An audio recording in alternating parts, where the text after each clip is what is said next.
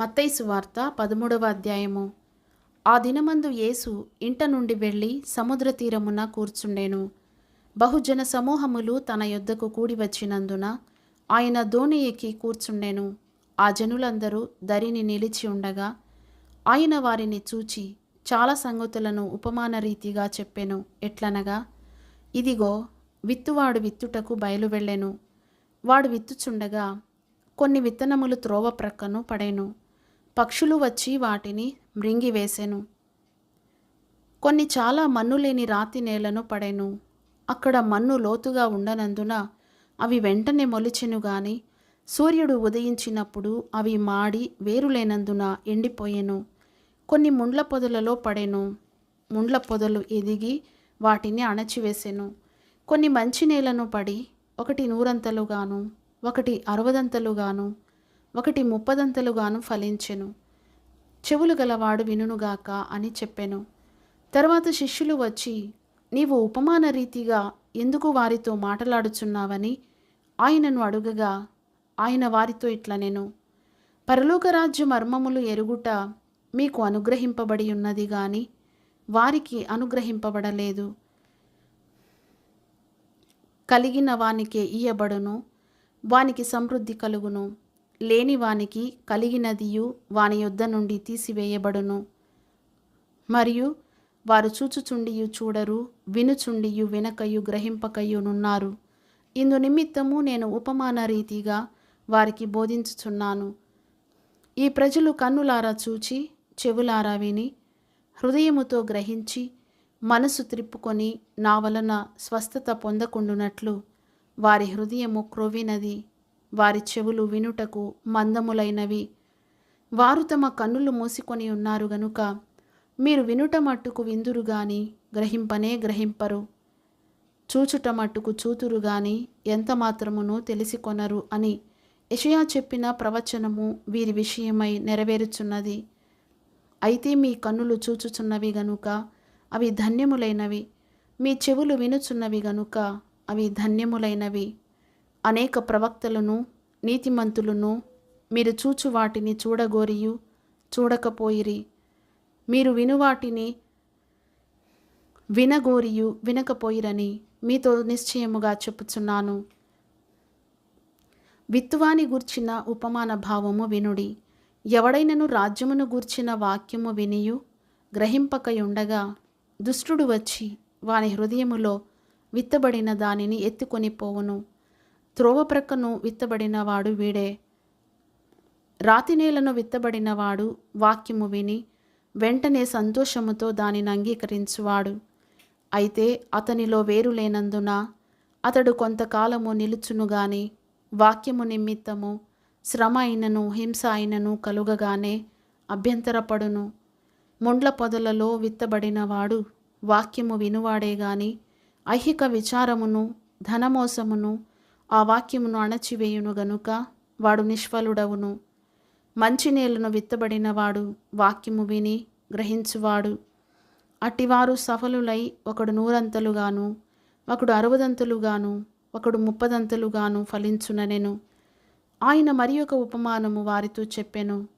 ఏమనగా, పరలోక రాజ్యము తన పొలములో మంచి విత్తనము విత్తిన ఒక మనుషుని పోలియున్నది. మనుషులు నిద్రించుచుండగా అతని శత్రువు వచ్చి గోధుమల మధ్యను గురుగులు విత్తిపోయెను. మొలకలు పెరిగి గింజ పట్టినప్పుడు గురుగులు కూడా అగపడెను. అప్పుడు ఇంటి యజమానుని దాసులు అతని యొద్దకు వచ్చి, అయ్యా, నీవు నీ పొలములో మంచి విత్తనము విత్తితివి గదా, అందులో గురుగులు ఎక్కడ నుండి వచ్చినవని అడిగిరి.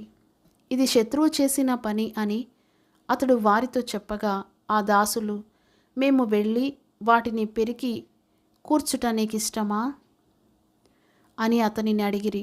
అందుకతడు, వద్దు, గురుగులను పెరుకుచుండగా వాటితో కూడా ఒకవేళ గోధుమలను పెళ్ళగింతురు. కోతకాలము వరకు రెంటిని కలిసి ఎదుగనీయుడి. కోతకాలమందు గురుగులను ముందుగా కూర్చి వాటిని కాల్చివేయుటకు కట్టలు కట్టి గోధుమలను నా కొట్టులో చేర్చి పెట్టుడని కోతగాండ్రతో చెప్పుదుననెను. ఆయన మరి ఒక ఉపమానము వారితో చెప్పెను. పరలోక రాజ్యము ఒకడు తీసుకొని తన పొలములో విత్తిన ఆవగింజను పోలియున్నది. అది విత్తనములన్నిటిలో చిన్నదే గాని పెరిగినప్పుడు కూర మొక్కలన్నిటిలో పెద్దదై ఆకాశ పక్షులు వచ్చి దాని కొమ్మల యందు నివసించునంత చెట్టగును. ఆయన మరి ఒక ఉపమానము వారితో చెప్పెను. పరలోక రాజ్యము ఒక స్త్రీ తీసుకొని పిండి అంతయు పులిసి పొంగు వరకు 3 కుంచముల పిండిలో దాచిపెట్టిన పుల్లని పిండిని పోలియున్నది. నేను నా నోరు తెరిచి ఉపమాన రీతిగా బోధించెదను. లోకము పుట్టినది మొదలుకొని మరుగు చేయబడిన సంగతులను తెలియజెప్పెదను అని ప్రవక్త చెప్పిన మాట నెరవేరునట్లు యేసు ఈ సంగతులన్నిటినీ జనసమూహములకు ఉపమాన రీతిగా బోధించెను. ఉపమానము లేక వారికేమీ బోధింపలేదు.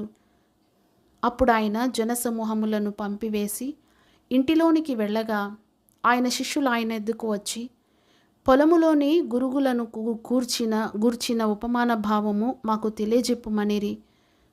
అందుకు ఆయన ఇట్లనెను. మంచి విత్తనము విత్తువాడు మనుష్య కుమారుడు.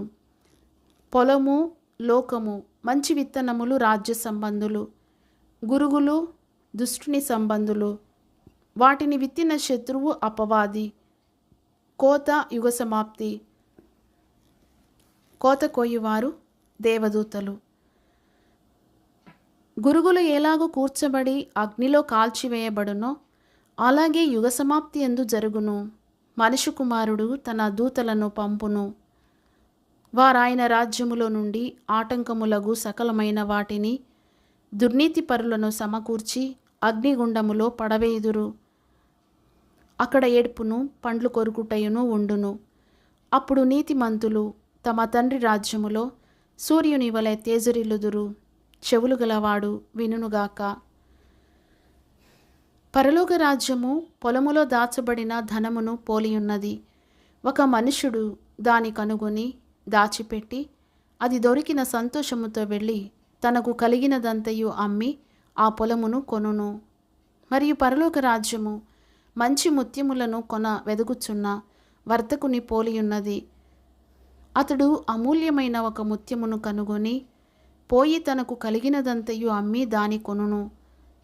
మరియు పరలోక రాజ్యము సముద్రములో వేయబడి నానా విధములైన చేపలను పట్టిన వలను పోలియున్నది. అది నిండినప్పుడు దానిని దరికి లాగి కూర్చుండి మంచి వాటిని గంపలలో చేర్చి చెడ్డవాటిని బయట పారవేయుదురు. అలాగే యుగ సమాప్తి యందు జరుగును. దేవదూతలు వచ్చి నీతిమంతులలో నుండి దుష్టులను వేరుపరచి వీరిని అగ్నిగుండములో పడవేయుదురు. అక్కడ ఏడ్పును పండ్లు కొరుకుటయును ఉండును. వీటినన్నిటిని మీరు గ్రహించితిరా అని వారిని అడుగగా వారు గ్రహించితిమనిరి. ఆయన అందువలన పరలోక రాజ్యములో శిష్యుడిగా చేరిన ప్రతి శాస్త్రియు తన ధననిధిలో నుండి క్రొత్త పదార్థములను పాత పదార్థములను వెలుపలికి తెచ్చు ఇంటి యజమానుని పోలియున్నాడని వారితో చెప్పెను. యేసు ఈ ఉపమానములు చెప్పి చాలించిన తరువాత ఆయన అక్కడ నుండి వెళ్ళి స్వదేశమునకు వచ్చి సమాజ మందిరములలో వారికి బోధించుచుండెను. అందువలన వారు ఆశ్చర్యపడి ఈ జ్ఞానమును ఈ అద్భుతములను ఇతనికి ఎక్కడ నుండి వచ్చినవి? ఇతడు వడ్లవాని కుమారుడు కాడా? ఇతని తల్లి పేరు మరియ కాదా? యాకోబు, యోసేపు, సీమోను, యూదాయను వారు ఇతని సోదరులు కారా? ఇతని సోదరీమణులందరూ మనతోనే ఉన్నారు కారా? ఇతనికి ఈ కార్యములన్నీయు ఎక్కడ నుండి వచ్చనని చెప్పుకొని ఆయన విషయమై అభ్యంతరపడిరి. అయితే యేసు ప్రవక్త తన దేశములోనూ తన ఇంటను తప్ప మరి ఎక్కడనైనను ఘనహీనుడు కాడని వారితో చెప్పాను. వారి అవిశ్వాసమును బట్టి ఆయన అక్కడ అనేకమైన అద్భుతములు చేయలేదు.